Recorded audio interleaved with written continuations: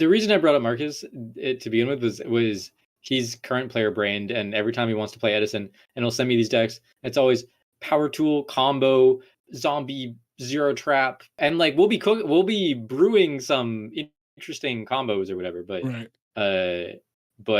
but then it ends yeah, up just being some fucking car path deck that like you it's can just only it's just some zero trap like yeah. power spell like combo deck, and I'm always just like, bro, like this is kind of fun to talk about, but like I will never play this deck. Like, Yes, like literally never. And I always tell people like I don't believe in making things harder for myself. So I'm a filthy S tier player. I enjoy playing the 6 decks that I think are S tier: Christius Warren, Blackwings, Vayu Turbo, Frogs of any kind, literally any kind, heroes of any kind. Honestly, like all the hero beats, Diva hero beat. I don't give a fuck which one you play. They're all the same.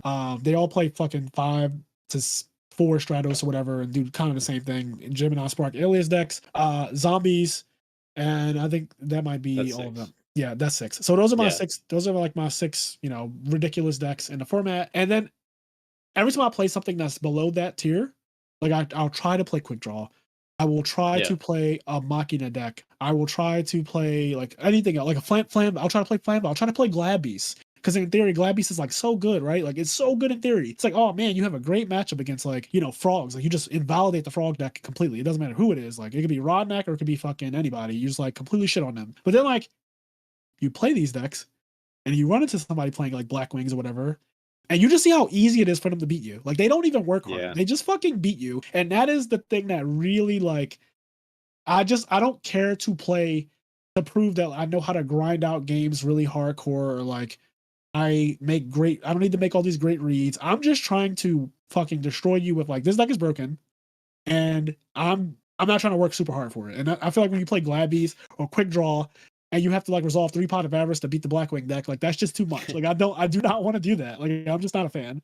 Yeah. I'm in complete agreement, by the way, about those 6. I think that Hero Beat, I've kind of a weird, I don't know how to place it because I feel like it's the worst one out of the ones you named. It might be like, because I don't know the particular order, but let me say this. I've never yeah, said this on this channel yet, and I want to get this out real quick. So I've been preaching that Blackwings is the best deck, right, for a while. yeah, And that's because I just think that Blackwings does everything in the format way too easy. 1 card Brionic, 1 card Goyo Guardian, Dark Arm Dragon. Whirlwind literally is a game-winning card by itself. It gets to play oppression, it's unaffected. It has 3 Honest in its fucking deck that you could use in a direct attack. It does all this shit, right? I don't say it's the best deck because it topped a lot or because it won a lot. That's not why. It's because it does everything that you want to do in the format the fucking easiest. But then lately I've been playing Frogs.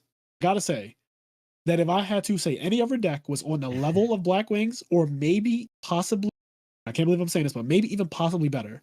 I don't know if I believe that yet, but even maybe even possibly better, it would be Frogs. And the only reason is because if you just do the math on opening Treeborn Frog access, it's 80%.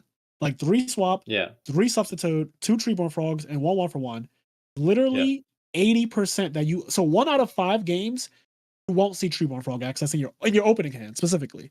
But the other 4 games you will have access to Treeborn Frog, and that just turns on your entire broken ass free ass deck. And that is insane because the format is inconsistent as a whole. Like it's just an inconsistent format. So when you have a deck that is not only consistent but it's powerful, like Caius is insane, and somebody come for free is just not okay.